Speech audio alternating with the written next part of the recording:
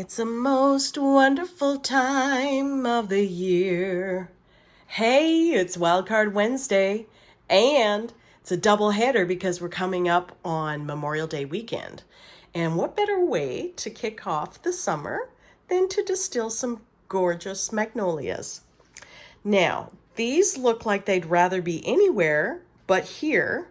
They tend to get a little grouchy when you pick them off the tree. They looked absolutely beautiful, and between the hour that's passed since harvest, they look like they have seen better days. But they are only about an hour old, and yes, I broke a sweat. It was hot out there.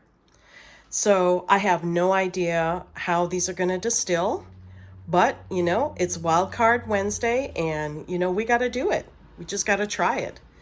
So what I'm going to do is set up the still, and I'm going to do hydro distillation. All right, before I get started and explaining what I'm about to do, one of the things I always loved about the Magnolia is, aside from their fragrance, which just envelops a room in no time possible. It's just beautiful.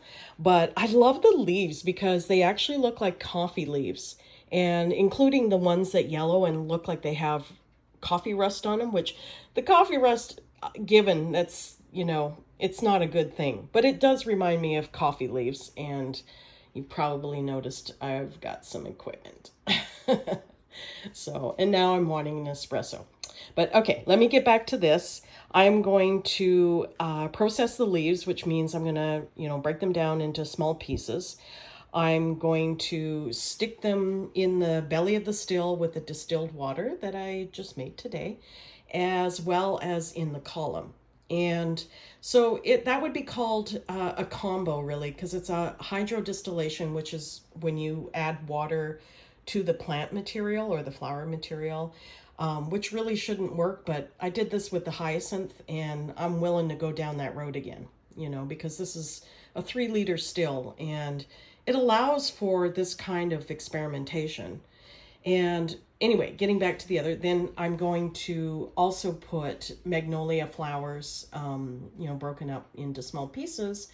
I'm going to put them in the column as well.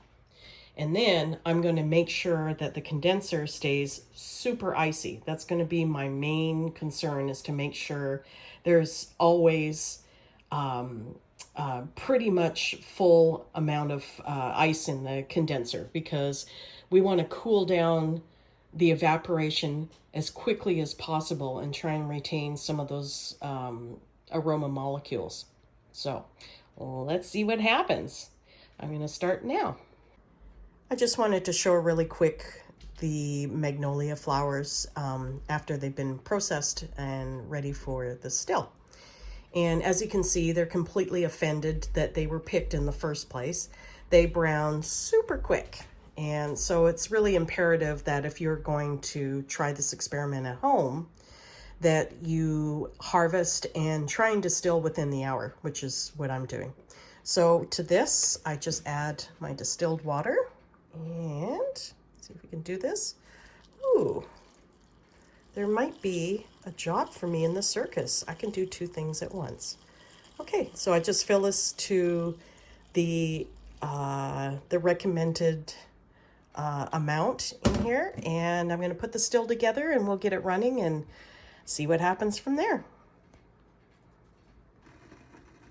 All right, we are coasting along. I tend to turn this down a little to about 4 once we get into a nice consistent boil, so that we're not boiling things to death.